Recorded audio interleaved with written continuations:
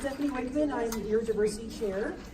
I'm a drama therapist and also a professional improviser, but that will not be happening. I will be reading off of this. There's lots of important things to say.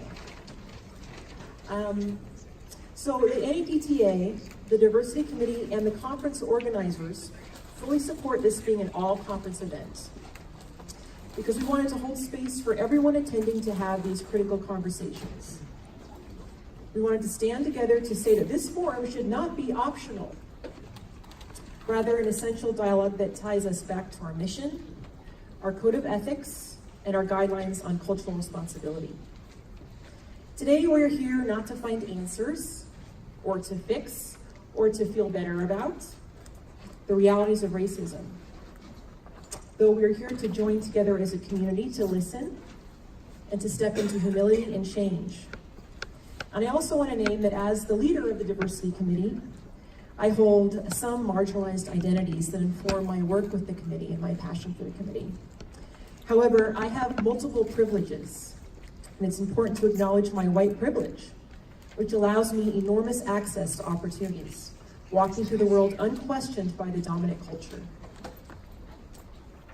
Your Diversity Committee also looks through the intersectionality lens, knowing that we can be stigmatized in one identity and privileged in another. We truly want to examine our own bias and continually ask what voices and stories are being marginalized.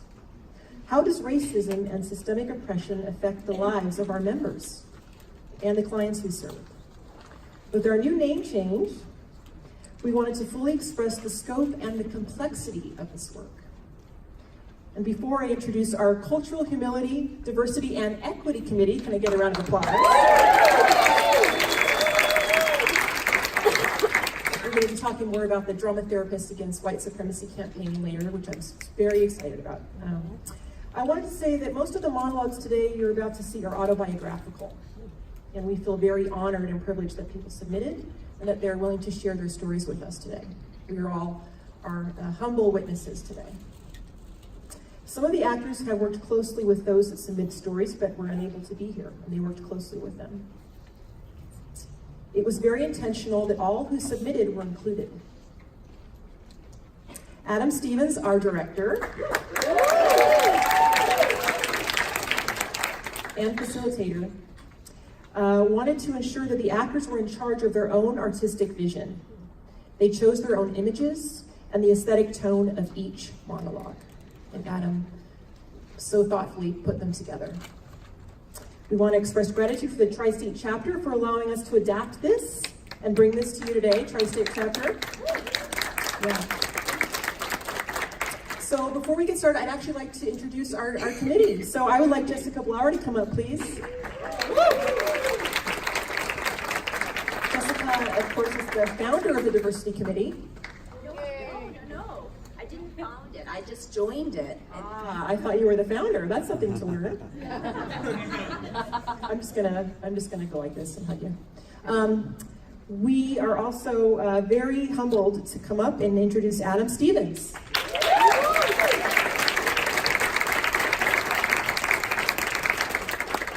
Adam has been doing so much on our campaign. Both Jessica and Adam have dedicated years to this campaign. And we want to call up Kamran Afari. Kamran. He's been helping with our intersectionality lens. Craig Flickinger, please come on up. Yes. And those who could not be here today are Diana Elizabeth Jordan and Leah Rosenman. So they could not come, but they wish you the best. And I want to just introduce you to your Diversity Committee.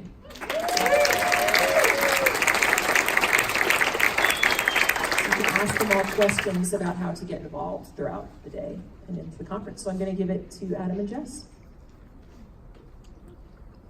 So here we are. Here we are, hopefully very close to all 310 of us who registered for this conference. And we're going to talk about race together. I see some nods.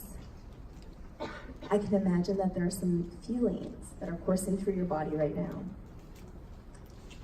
And before we enter this topic today,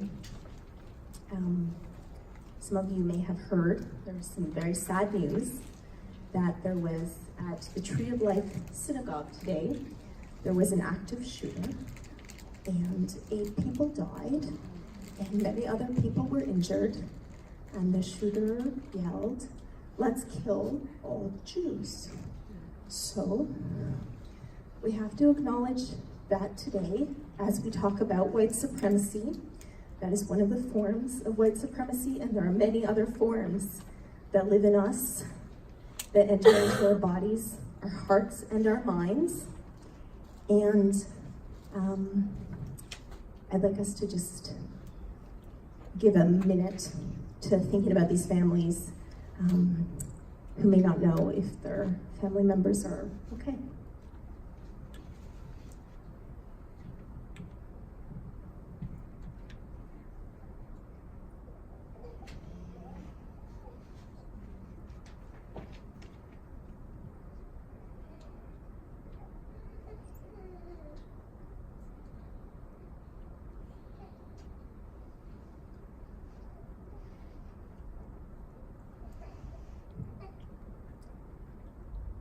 So today we're going to talk about the system of racism, the multiple ways that it performs in such mass acts of violence, and the smaller but equally detrimental ways that it performs at our conferences, in our bodies, in our classrooms, with our clients, in our minds, in our hearts, within our families.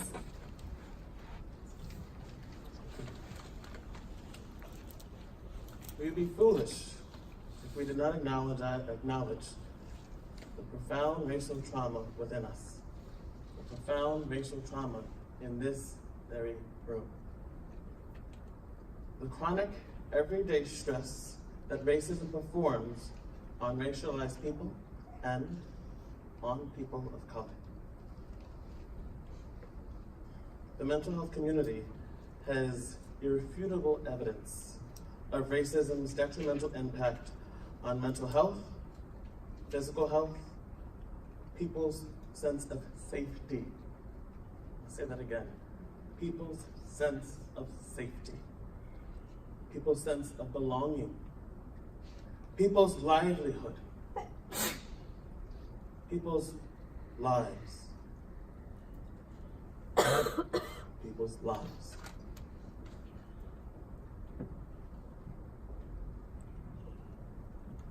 We'd also be remiss if we did not acknowledge how uncomfortable these conversations can be. I mean, how uncomfortable it is to talk about trauma anyways, always. And now we're going to be talking about racial trauma, and how uncomfortable this can be to have a conversation about this in a cross-cultural space. How many emotions we're going to share together today, and how many emotions will not be shared because they will be different for every one of us. How much the differences of our own lived experiences will be exposed today when we have these conversations. How these conversations will be full of power dynamics. How there are people in this room who haven't given too much thought about this at all because they haven't had to. And how there are people who live this every single second of every day. So, as we get into these difficult conversations, I wonder if we can stretch ourselves to be big enough for these conversations, these essential conversations. Oh, Jessica, hold on. In order to ask them to stretch themselves, to challenge themselves, I think we need to start with us. I'm going to ask you. Are you ready to stretch yourself?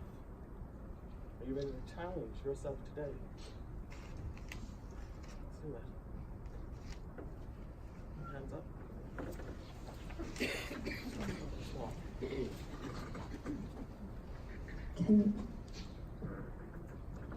Together,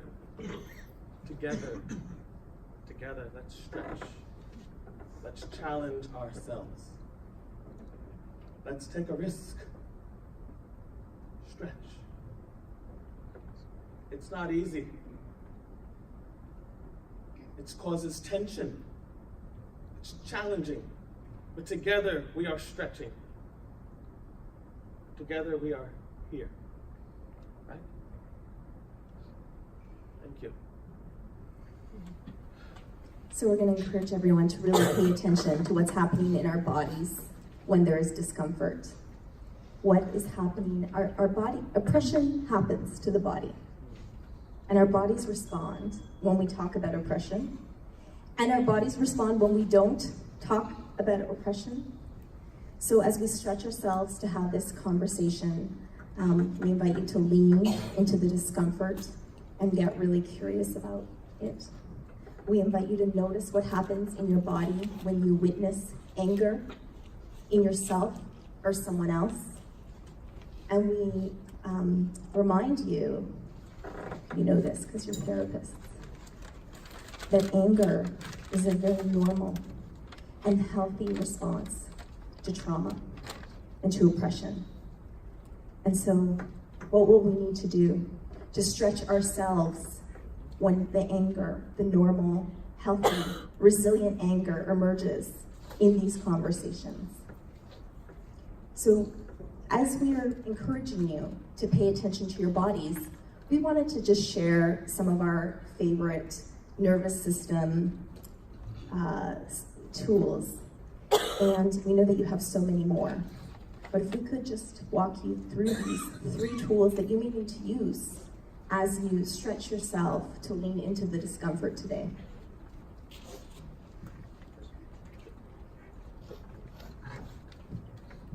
First one, for myself, I like to feel anchored.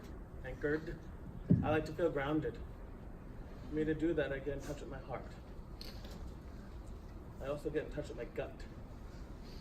I make sure that my feet are planted firmly on the floor. For me, I like to close my eyes. If that's comfortable for you, you're welcome to do that too. If leaving them open feels right, that's okay. There's no right or wrong. And I breathe in all that I want, all that I need. And I breathe out the other. And I breathe in hope. And I release. That works for me. If it works for you, you're welcome to put it in your back pocket, in your chest pocket. It feels right for you, and it's my offer to you. Jessica, would you be kind enough to share another one? My favorite one, I take my right hand and I put it under my left armpit, and then I take my left hand and I hold my right arm, and I just sit in this self-hug, this compassionate self-hug, as I notice what is coursing through my body. Sometimes it takes a few minutes to really benefit from this nervous system reactivation exercise.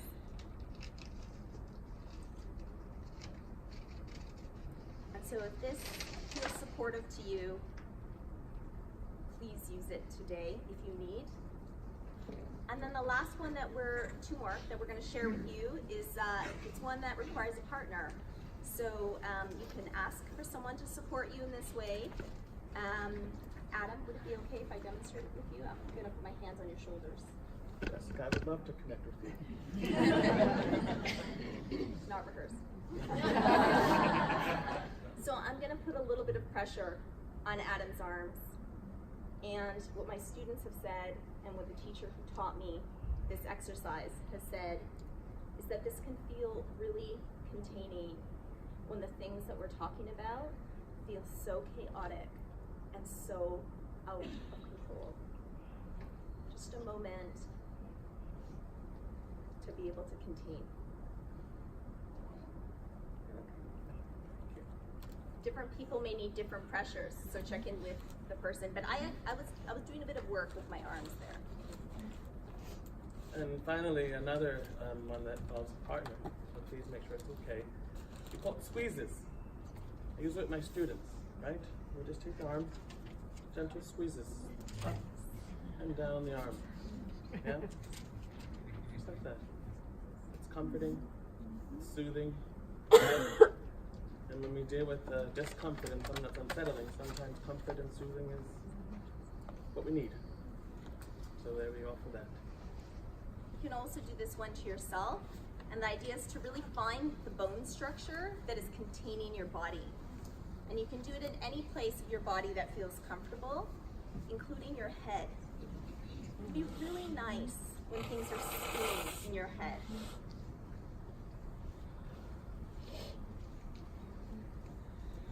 So as we stretch ourselves to have these important conversations, and we feel everything that we're going to feel as we have these important conversations, here are a few tools that can help you to continue having the conversation when your nervous system feels like running out the door, or it feels like fighting in a way that you might regret afterwards, or you notice that your nervous system is starting to take you into that trauma freeze place where we dissociate a little bit to protect ourselves.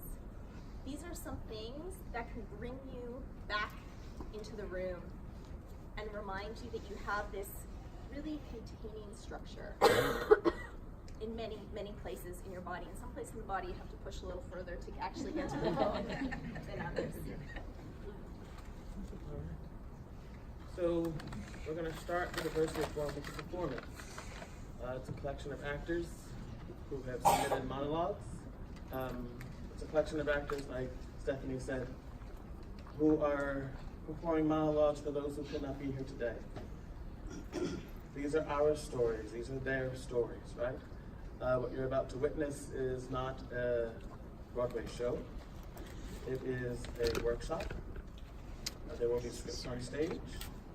It will be imperfect, and in being imperfect, it'll be good enough. Thank you.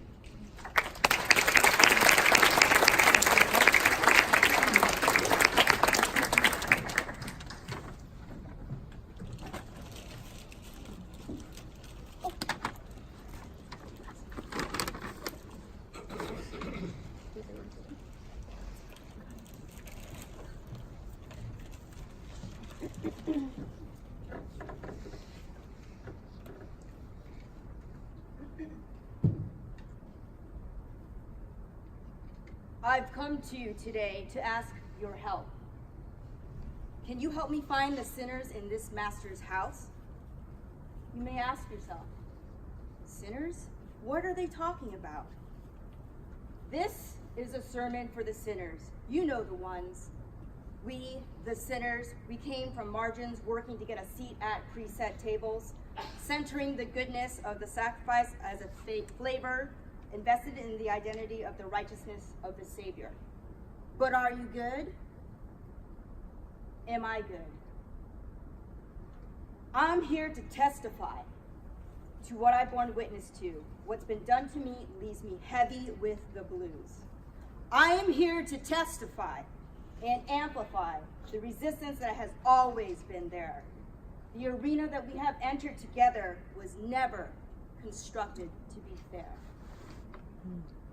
Racialized, sexualized, my body, our bodies, classified of being other, being displaced, being objectified. We become subjects that fall under survivors who are now minimized. I'm here to testify to the power of implicit privilege, to those who embody, perform whiteness. It's the power to define what is professional, appropriate boundaries, and reality, surfacing the sinners like an out-of-sync beat under the rhythm of functioning white supremacy. But are you good? Am I good? I testify to being fed mixed messages of encouragement to call out what needs to be said, but at the cost of passed up opportunities, stigmatized as the angry one is the fee. While white counterparts are given keys to the door, and those performing whiteness are given just a little more in exchange for compliance and complacency, sold on the idea of their goodness and reflexivity as main tenets of their good helper's identity. But are you good? Am I good?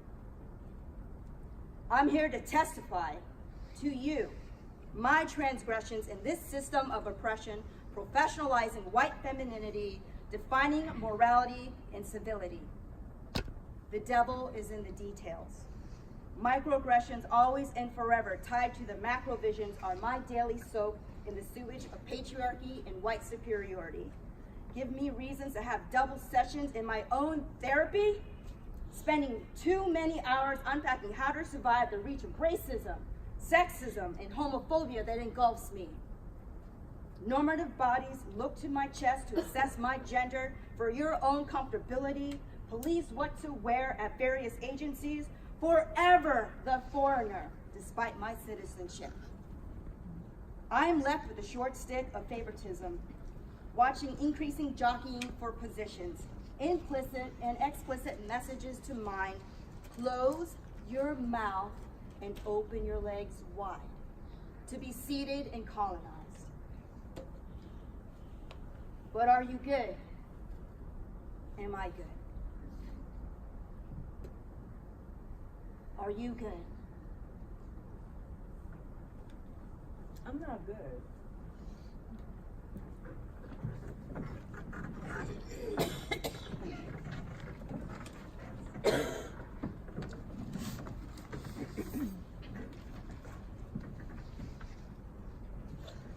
In my college years, I auditioned for this very well-respected director. And he thought my audition was great, and I was feeling myself. I was feeling very good. But he asked me to do it again. But this time he wanted me to give me some of that, give me some of that. And in that moment, I felt like my identity as a Black woman was questioned, because I thought my audition was truthful. In 1851, Sojourner Truth delivered an unforgettable speech at the Ohio Convention. More than a decade later, a white woman who was also a suffragist and an abolitionist rewrote the speech to what we now know as Ain't I a Woman? Like my experience, I felt like her identity as a Black woman was questioned.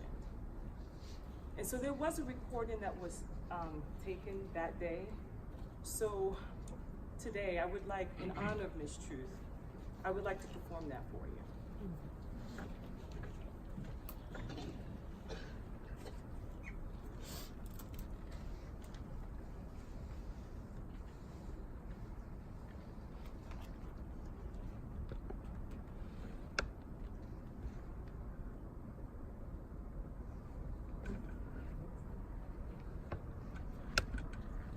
I want to say a few words on this matter. I want to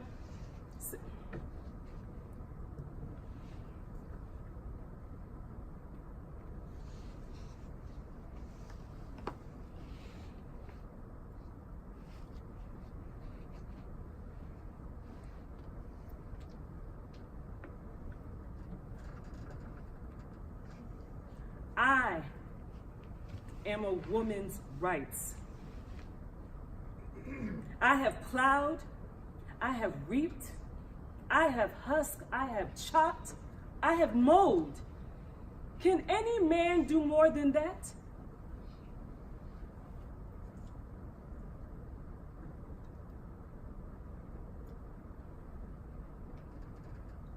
I've heard much talk about the sexes being equal.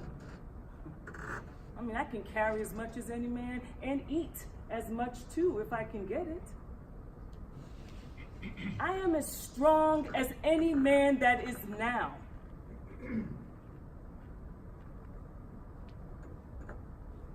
As far as intellect, all I can say is if a woman has a pint, a man a quart, why can't she have her little pint full? You need not be afraid to give us our rights for fear we will take too much, but we can only take what our pint can hold. You know, these men are in such confusion. They don't know what to do. If you have women's rights, give it to her. I mean, you'll feel better. I mean, you'll have your own rights, and then there won't be so much trouble. I can't read, but I can hear. And I've heard the Bible. And I have learned that Eve caused man to sin. Okay.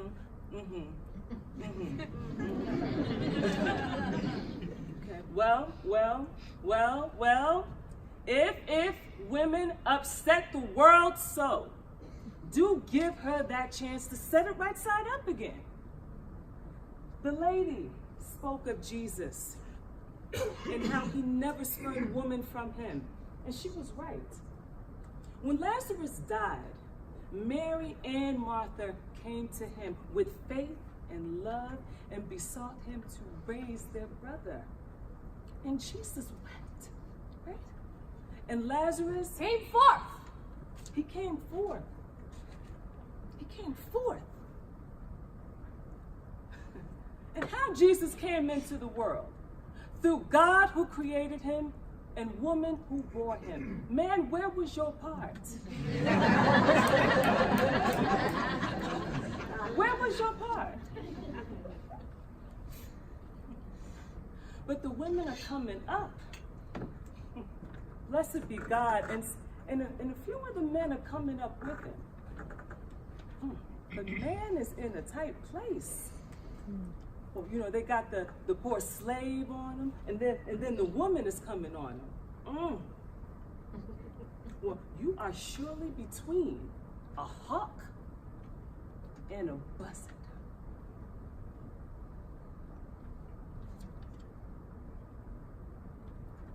Thank you.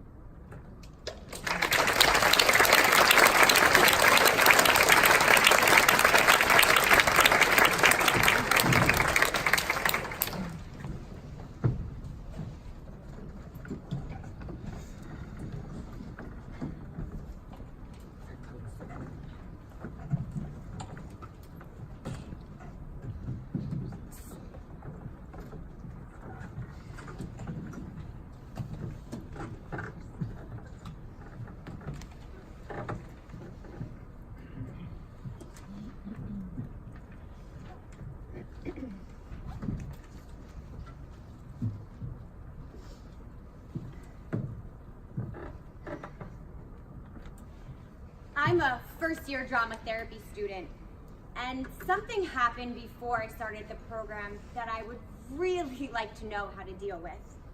I was working at a community recreation facility for older adults. The royal wedding had just been televised a few days earlier, so it was the focus of the day. Everybody was talking about their favorite parts, what they enjoyed, who stayed up to watch what. The room was abuzz with gossip. And then she said it.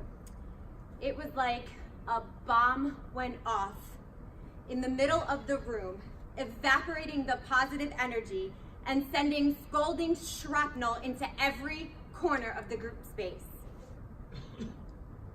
Well, I think it's disgusting a black girl marrying into the royal family. What is the queen thinking, tainting the monarchy like that? A punch in the gut. Silence echoed in my mind and in the room. Shock on everyone's face. Discomfort, body language tensed. I froze.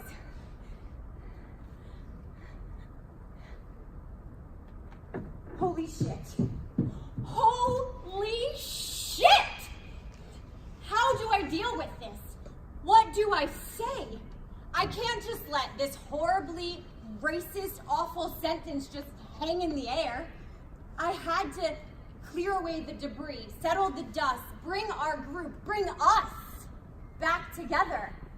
I have to say something. But I have never heard someone be racist like that. Blatantly, openly, unforgivably. Had I just heard what I thought I'd heard? How could she be so closed-minded, so insensitive? I feel angry. I feel hurt. But I can't be angry or hurt. I have to take care of this group. Wait. I have to understand. Unconditional, positive regard. Unconditional, positive regard. Whew. Why did the woman say that? What makes her feel that way? Can I understand why she would feel so strongly about this? Is it her politics? I mean, I care for this lady. I know her in so many other lights, many of them warm and vibrant. Can I forgive her for this? After all, everyone has a history. Everyone can have an opinion, right? Running, pacing, frantic. I must save the group. I must understand. I must respect opinion. I can't respect opinion. This is not okay. This is not okay.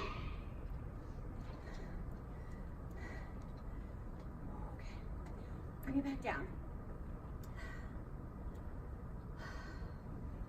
Bring it back down to us, to humanity. No politics, no social structures, just the human condition. Maybe this is the solution. The group needed first aid, and it had to come from me.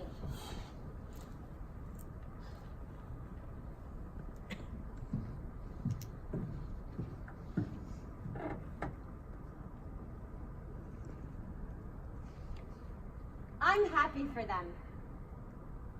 They found love, and they found each other. That there is nothing more special than that. For me, that is something to celebrate. Bodies relax slightly. The tense energy dissipated somewhat. Yeah, I agree, someone said. I'm happy for them too, said another. The dust had settled for the moment. The shock wearing off, but the echo was still here. In my mind and in my body. Healing from the explosion inside me had not yet begun. Questions blistered and stung me. How do I move forward with this person in the group? Do they deserve my respect? How does the rest of the group feel? Do they feel like me?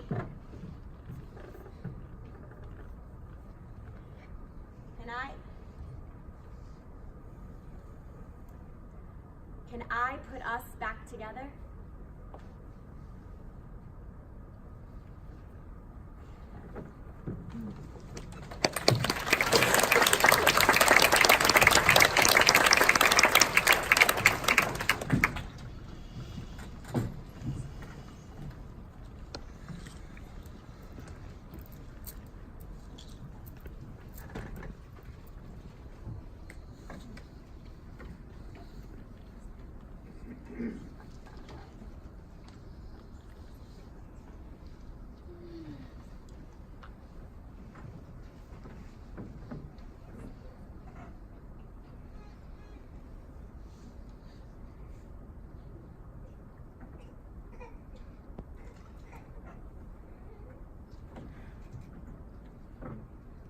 My first new job as a new Black drama therapist was working part-time at Menorah Center for Rehabilitation and Nursing Care.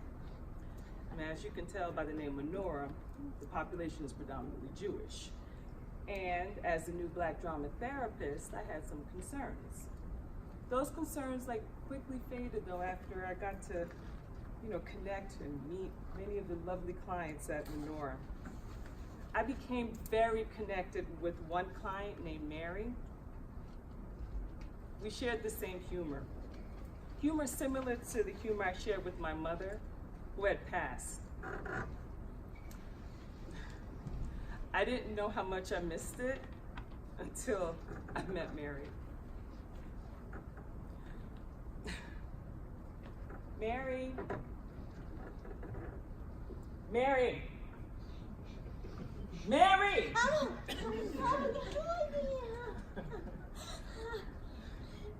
Mary, you wanna hear a joke? oh yes. A boy introduced the girl he wanted to marry to his father. And so the father said, "You can't marry her. She's your sister." So the boy got all sad and he ran and he went to go talk to his mother. And he said, "Daddy said I can't marry this girl because she's my sister." The mother assures him and says, "Don't worry.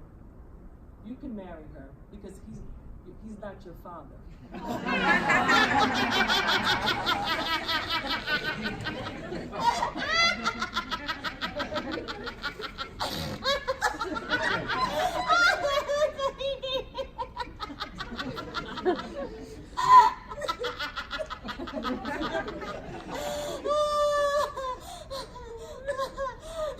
Jennifer, I have to tell you something. My son, he is interested in you. And I said to my son, "Do you want to kill me? Dating a colored? Oh my God, I would have to stick my head in the oven. I mean, what color would those babies be?" What color would...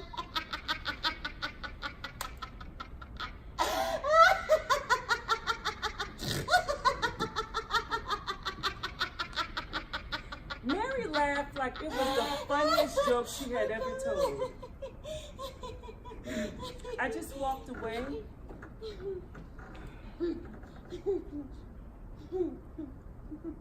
And made an excuse. I mean, I was hurt beyond hurt.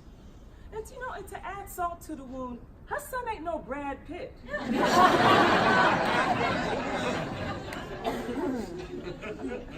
I blamed myself for the encounter, and I was wondering, what could I have possibly have done to make her think that joke was okay? I went to my supervision, which was very helpful. But I just still felt a pain, like a Black pain that only Black me could take care of and to heal in order to continue my work with Mary. Usually my defense if someone hurts me is just to, run and just never speak to them again. But I couldn't do that. And besides, Mary, Besides, I could not run because Mary's motorized chair was just too damn fast. So, I was just thinking long and hard, what am I gonna do? What could I say to her? I was thinking, Mary, I was offended by what you said or how hurt I was. I saw her. Mary. Yeah.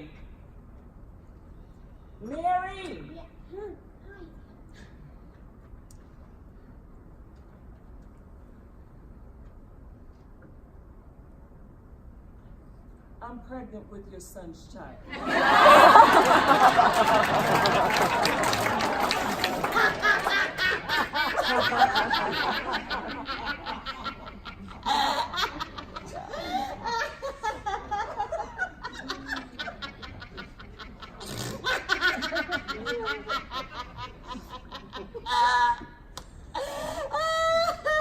And after that, every time I saw her, I would just rub my belly. The twins are kicking. The twins are kicking. Oh, do you want me to stick my head in the oven? Mary, you know they won't let you near no oven. No. Yeah, they won't. It's been years.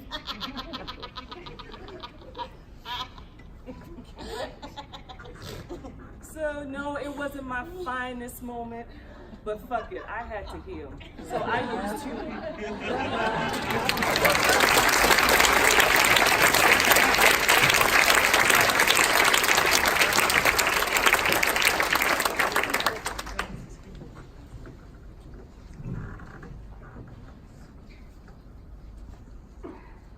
I testify to the incorrigible sense of goodness gone awry with the children I see. Torn apart families with too little to eat, histories of abuses spitting out toxic inhalations, interjections, trying not to absorb the daily projections of marginalized faces, privileged spaces, where general keys like education, access to safe spaces, is mitigated with casts of shade of shortened life expectancies on multi-generations. My heart broke that time in 2015 at the conference at NADTA when there was a resilient message from a recent trans youth who had committed suicide, which did not deter transphobic ignorances to preside. I testify to the microaggressions bringing out confessions, guilty pleas, good intentions caught up in, don't accuse me. We all want the same thing, don't we? Don't we? Isn't that part of the reason why we prophesize the profession of empathy? I am told you over-identify without recognizing it's my investment in my community. We're not working with commodities, we're working with people. It's gonna get messy. Them sinners break expectations of goodness to meet the needs, bringing unwanted focus on me. But are you good? Am I good? I'm here to testify to the new buzz called cultural humility. New words for each generation, like the last interjection of Western psychology. Does language really matter when it's just another exercise in power? Like diversity initiatives that are coded for re-imaging whiteness with good intentioned rubrics that do not fit and make us sick? With re-inscribe the practice of whiteness through claimed innocence, while vocal, racialized bodies are identified as the problem seen until you feel stripped of your self-esteem.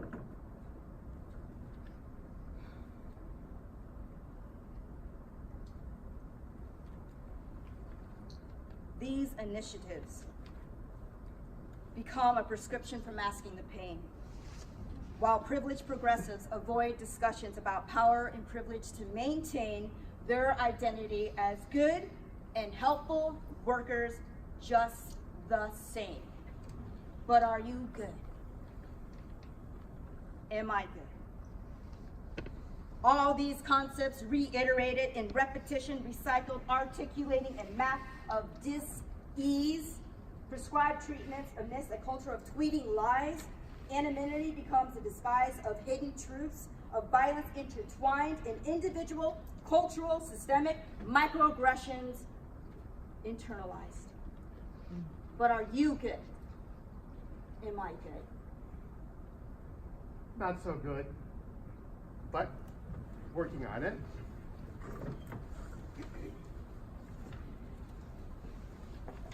Speechless moments. Ew moments. Moments of paralysis. Anyone who leads groups and aspires to wokeness has them, no doubt. Me? I was training a group of drama therapy students in treatment planning. A diverse group, ethnically, culturally, gender expression in many ways. So I was sharing. You know, I have seen that many new therapists are uncomfortable with assessment. And I think that is because they want to be culturally aware and they associate doing assessment with being in the expert role. But, and here's a reframe, what if instead of expert, we put on the role of co-investigator with the client? Silence ensued, but a generative, receptive silence with thoughtful looks and nods. But then Pat, not their real name, of course, looking troubled and grimacing, jumped in. Yeah, but our European culture, you know, we're deeply conditioned to take on and exercise that expert role. It's like a deeply ingrained entitlement. It gives us power, and we're oblivious to the harm that we cause. We become colonizers. Yeah. It's a legacy that's hard to shake.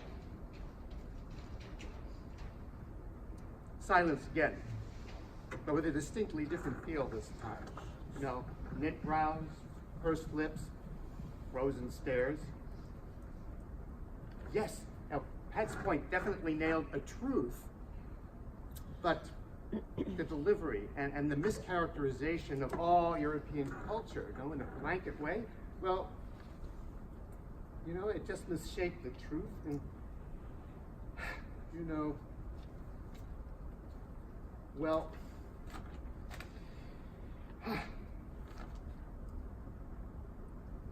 moreover, their statement mischaracterized our group, implicitly excluding the students of color.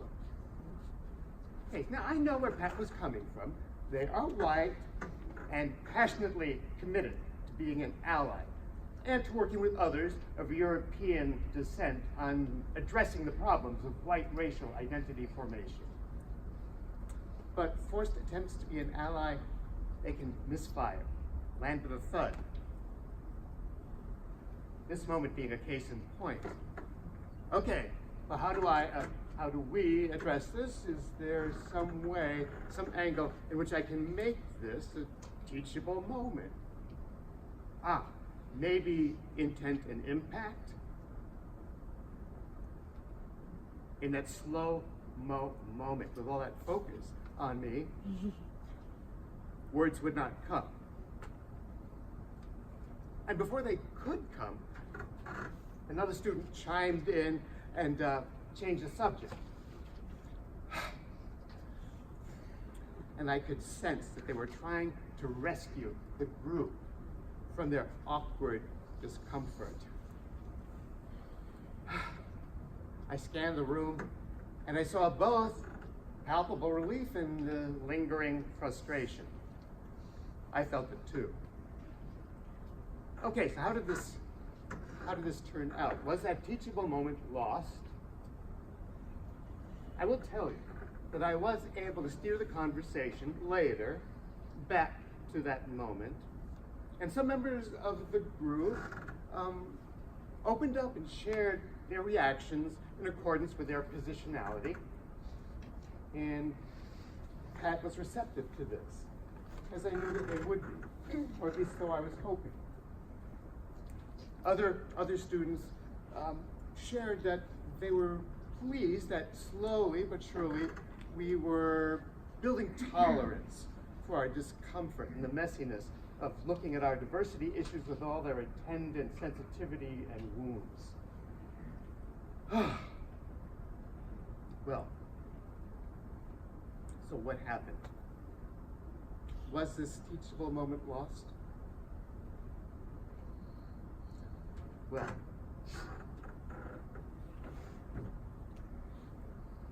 the real question, my friends, is not what I did, for I had lost my speech, and really nothing that I ended up doing was definitive or exemplary. And actually, I just want to keep learning, because Every group in every situation is different. And the nuances of trying to facilitate conversation across differences, they're endless. But one thing has become very clear to me. We must be able to see, to hold, and accept our differences, even as we hold tight to those threads of our shared and inviolable humanity. So I ask you, my friends, what would you do? Let's talk, and let's play.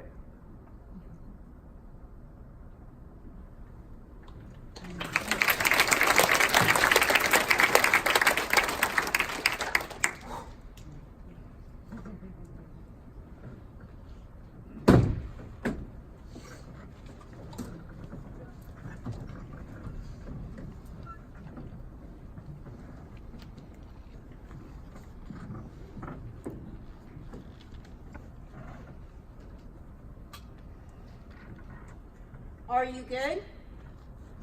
Am I good?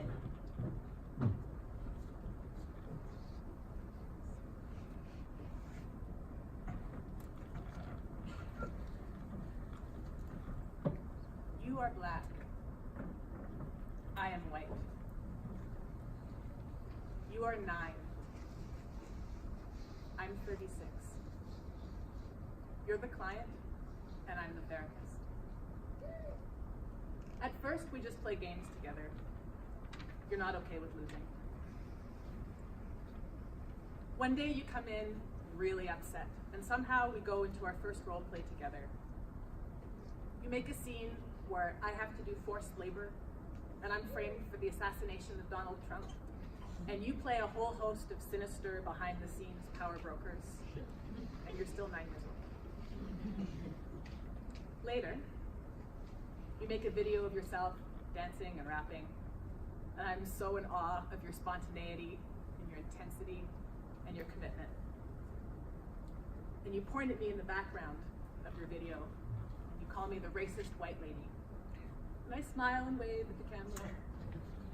And you say in your video that it's only for black people to see. But when it's done, you come over to me and you show it to me. And I ask you, is it okay for me to see this because I'm not black? And you really don't like it that I said that. And we bend over the little screen together, and there's a moment where it reflects both our faces.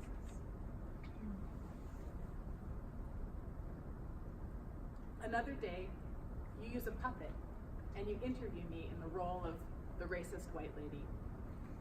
And then you get me to change roles, and you interview me as the not racist white lady. And at the end of the session, we de-roll together, we go out to the waiting room to wait for your dad. I think we probably play I Spy for a few minutes. I don't know how to know if I acted racist enough for you.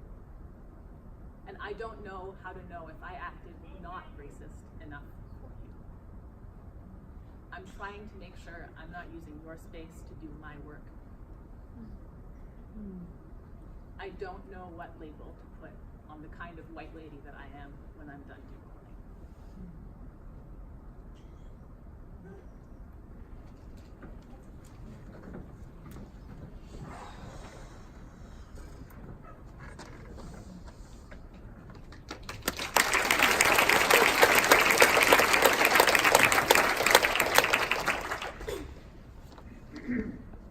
Are you good?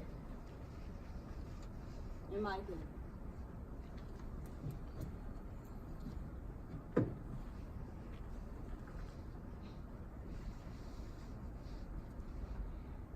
So I'm a second-year student, and the day I went in for my first ever drama therapy internship interview, I probably overdressed. I was sitting in the reception area of this treatment center, and I had, a bag of my packed lunch in hand, very nervous, waiting for my soon-to-be supervisor to come and get me for the interview. Then this seemingly approachable person on staff comes and she goes, "Is that my Thai food?" And I'm looking at my food and I'm like, no, it's mine. And she just walks away, no apologies. And I'm about to be interviewed, right? I'm like, well, great, like what am I gonna feel like at this site? So,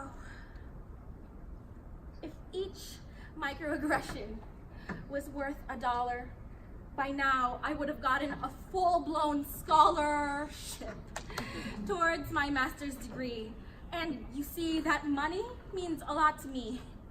I moved here in the year 2017 from a group of couple thousand islands called the Philippines. And I knew that I looked foreign, but apparently I don't sound it. Because when clients hear my English, they get dumbfounded. They're like, so where are you from? Oh, you were born and raised here? No? Oh, your English is so good. You must have studied so hard. And they're slowing down and like moving lips so I can read. I'm like, please. Yes, I digress. And one look at my face, my eyes, my skin, my race, my national origin, they reveal itself. To them, it's always a mystery, but I laugh it off and blame it on my colonial history. No, really, one time mid-session, this lady was sharing about her problems, and then mid-sentence she stops, looks at me dead in the eyes and said, wait, I just need to know, are you Spanish or Chinese? Please. And don't get me started on how they assume that I'm cis or straight. I could spend another 3 or 33 minutes talking about all the hate that I've heard. It's absurd. But before I go, I'd just like to know, how does a lowly therapist in training remain composure in this moments of forced disclosure?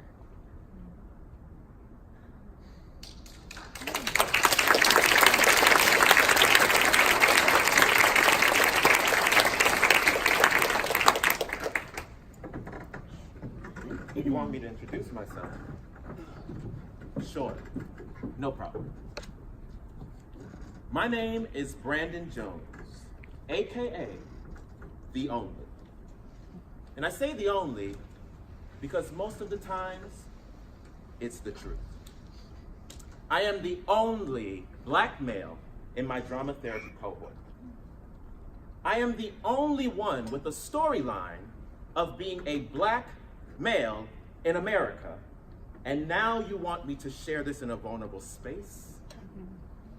To be the only is truly a burden.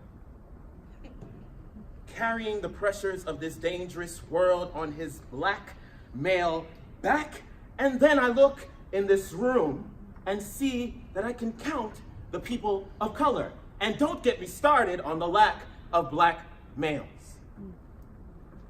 It makes me wonder what my future in drama therapy looks like. How can I become what I don't see?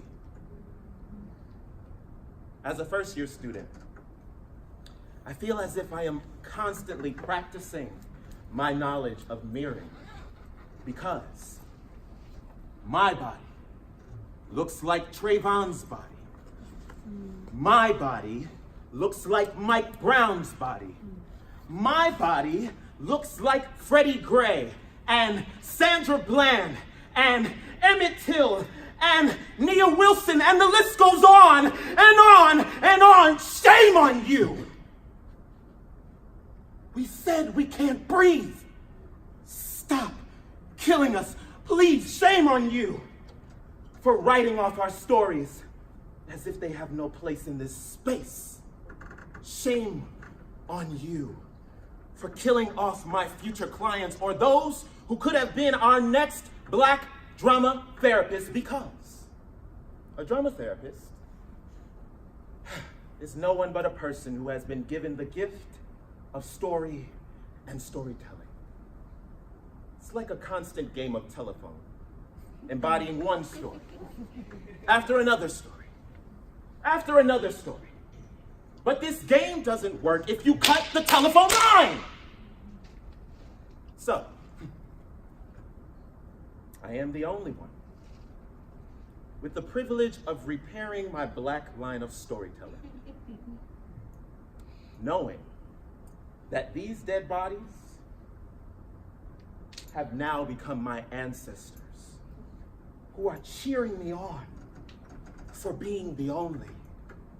So I carry this name with dignity and with pride, knowing that being the only is my gift to this world.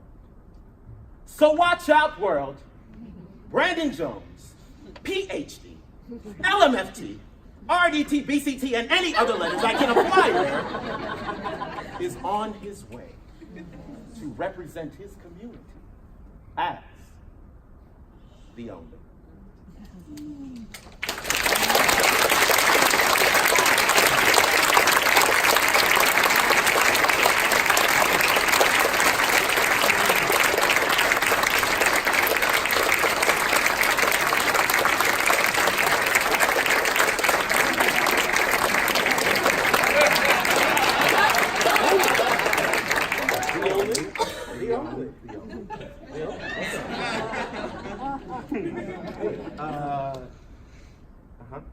Oh, we don't touch that.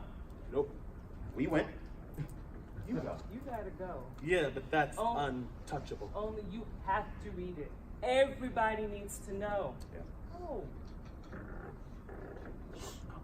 Go and read it. Closer. Move. I'm getting there.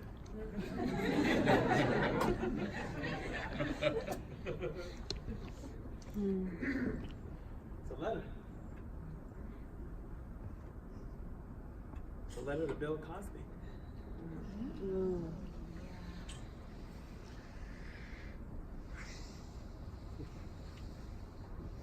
got this.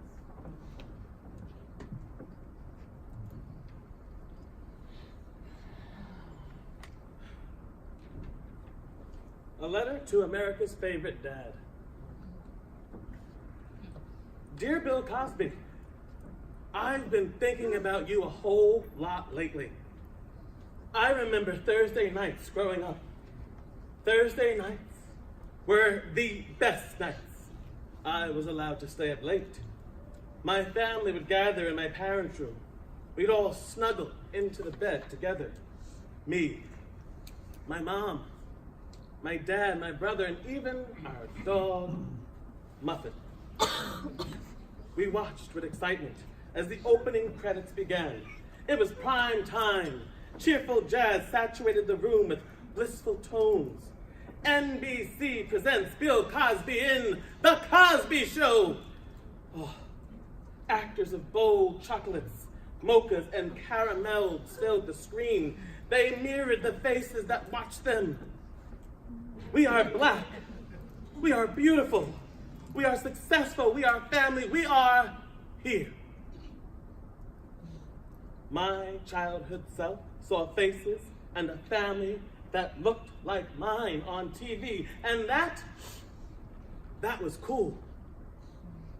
Mr. Cosby, watching The Cosby Show with my family brings back the warmest of memories.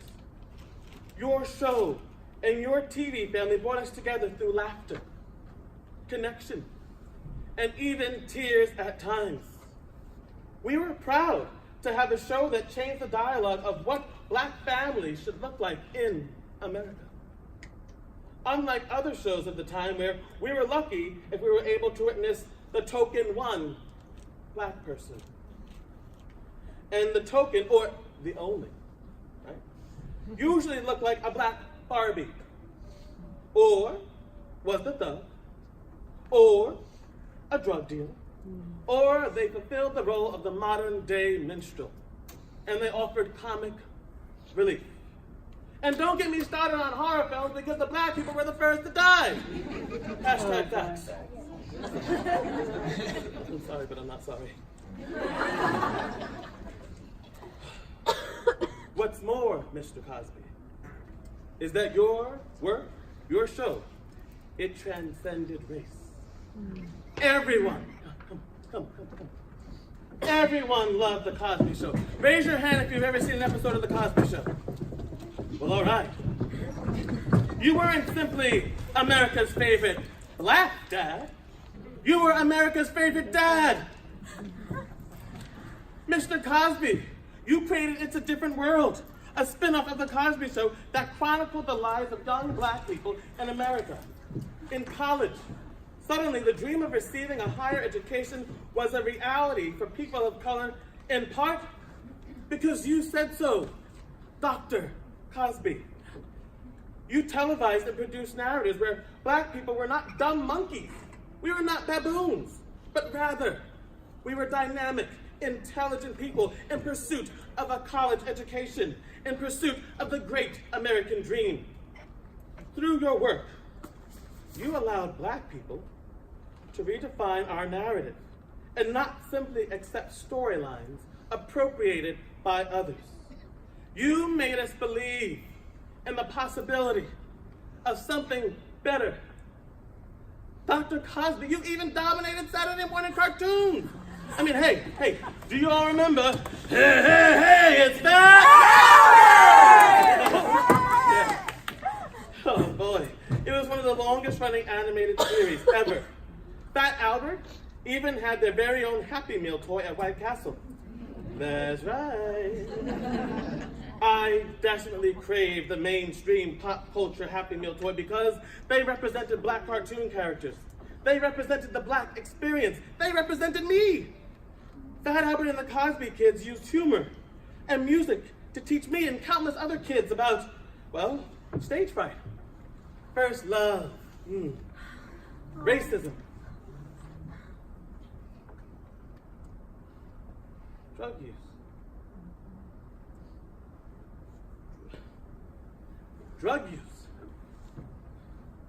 drug abuse. Bill, may I call you Bill? I have been so formal, so respectful up until this point. And you know what? For me, something has shifted. You use drugs to prey on women. You used drugs to alter their mind, and then you assaulted them sexually. No less than 60 women accused you of sexual assault.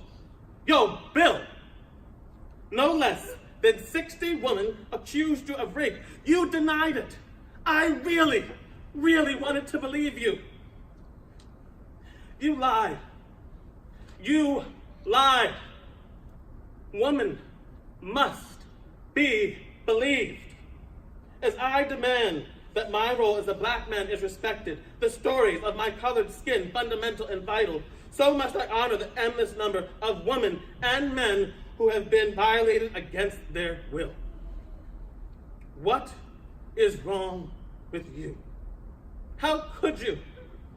You are a sick and tormented man, and I'll have you know, Bill, you did not only shame yourself with your abhorrible, abominable actions, you shamed an entire community. So much for being a role model to young black men. A role model to black boys who watch your TV show with their families on their parents' bed. A boy who collected your toys.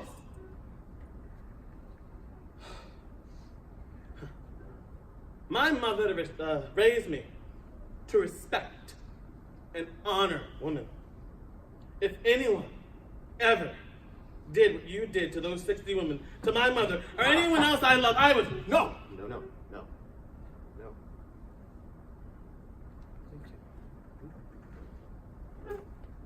America's favorite dad is now behind bars. A sad ending to a fairy tale story of success against all odds in an entertainment industry not known for being historically kind to black folks. It has come to an end. Bill Cosby, you were a man much admired and revered for your groundbreaking rise in Hollywood, not only as an actor, but as the creator of one of the most successful television shows in television history. You are sentenced to 3 to 10 years for the sexual assault of Andrea Constant. Mr. Cosby, you will most likely die in jail. America will no longer remember you as America's favorite dad, but rather they will remember you as America's favorite sex offender. You were my hero, and you fucked up. Thank you for leaving yet another stain on the already tarnished existence of the Black American male. You are just like every other black man. You are a deadbeat dad. Another incarcerated black man. We are black men. We are your peers, your colleagues. We are drama therapists. We are also the black men who show up in your clinical spaces. This is our story. We are grieving. We are disappointed. We are disgusted. We are shamed. I just lost my dad. And he's not the man I thought he was. He's done despicable things. And yet, where you rightfully see a rapist, I still see my dad. Warmest regards. Your black sons.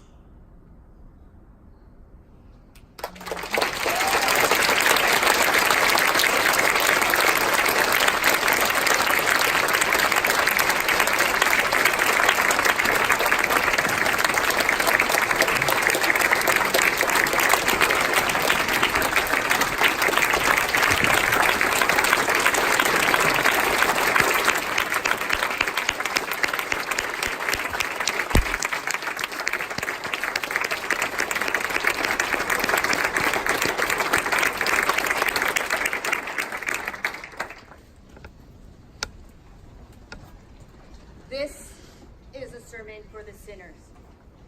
Those not afraid to go against the grain, to challenge the white homogeny, to disturb an identity that is built upon discourses of helping and goodness. Becky, fucking please. This is a sermon for the sinners who show up for their community and risk doing things off book to meet the people as a point of accountability and not the system of liability. Who recognize how they are blind spotted by notions of white supremacy and yet are not stopped by their fear. This is a sermon for the sinners, for those who came before us blazing the way, providing validation against the schizoid simmerings and other minds' meditations that you are less than. This is a sermon for the sinners, the ones who had to assimilate themselves in the eyes of the dominant culture authority, to swallow the pill that we knew was a placebo, just to get in the door, to hold it open for those who will need mentors. This is a sermon for the sinners. If it weren't for those sinners, I wouldn't be here. So I ask you again, are you good? Am I good? Are we good? I'm not good. I'm a sinner for my people. Are you?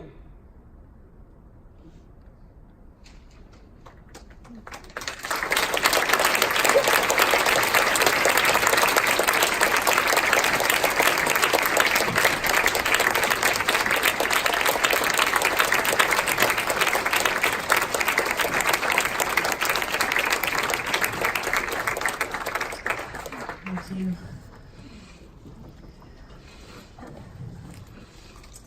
Take that in. I first want to say thank you to our actors.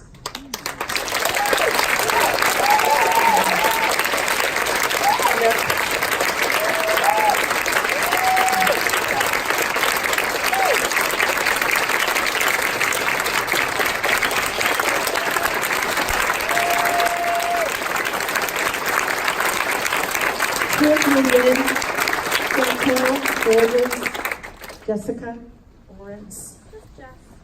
Just Jess. Lisa Gale Schwartz. Jordan Stewart. Megan Buckley. Gary Rauscher. Jennifer Richards. And Rian Pearlie Waugh. And thank you to Adam.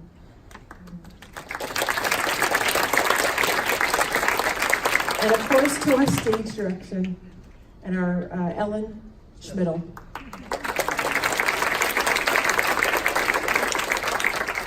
So we know that we could just be here for another hour and a half, right? And we don't have a lot of time to process. Probably gonna have about 15 minutes, but I'd like us to continue these conversations tonight, tomorrow, the next day, and on and on. We need to continue to step into this comfort and dialogue together. Through our diversity calls, through getting involved, through participating in our Drama Therapy Against White Supremacy campaign. And Jess, if you want to talk a little bit about that. Can I have you up here with me, Adam? Okay, so in addition to processing for 15 minutes, we're going to invite you to go and visit the campaign that is behind you. This is the Drama Therapists Against White Supremacy campaign. While you were sitting here watching these very important monologues, you would have received a campaign link to your phones, talking a little bit about the origins of the campaign and inviting you to participate. It's a 3-phase campaign. Today we're launching only phase 1. Please take a look at what phase 2 and phase 3 are coming up. They'll be coming up in the next few months. And the campaign really arose from this community, from the diversity calls and the racial justice dialogues that have been happening over the last 3 years. And at the end of all of these calls, people say, and now what?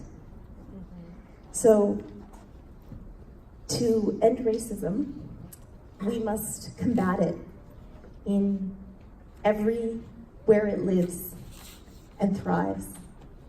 We must confront it in ourselves, in our communities, and in our nation. No one person can do it alone, but we can do things to help.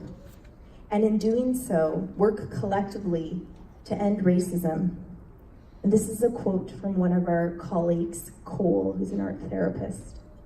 And so we invite you to not only process the very important dialogue that has begun on stage today, and to continue processing it through actions, because the campaign asks us to act. All right, so we're gonna split up into smaller groups, 4 groups. Just a reminder, in the beginning when we started, we offered and we shared some regulatory techniques. Maybe they're necessary, maybe not. The 4 groups are going to be in according to category. I want you to think about monologues right now that you were drawn to. Monologues that you connected with. Monologues that made you feel uncomfortable. Monologues that challenged you. And when we split into those 4 groups, I want you to go to the group and we're going to have a small group process. There'll be some embodiment, there'll be discussion. It will be brief as we only have about 15 minutes. And then we'll continue on to the launch of the Drama Therapists Against White Supremacy campaign. So our actors are also facilitators. So I'm going to ask that Adam, Jordan, and Jessica are here on the stage. Chantel, Lisa, myself, and Elizabeth are going to be back over there. Before I start going, yeah. Adam, Gary, Truk, and Craig are going to be in this middle section. Jess, Megan, Jessica, and Kamran are going to be in this back near the tables. And now I want you to just go where you feel drawn. And we're going to have a brief dialogue.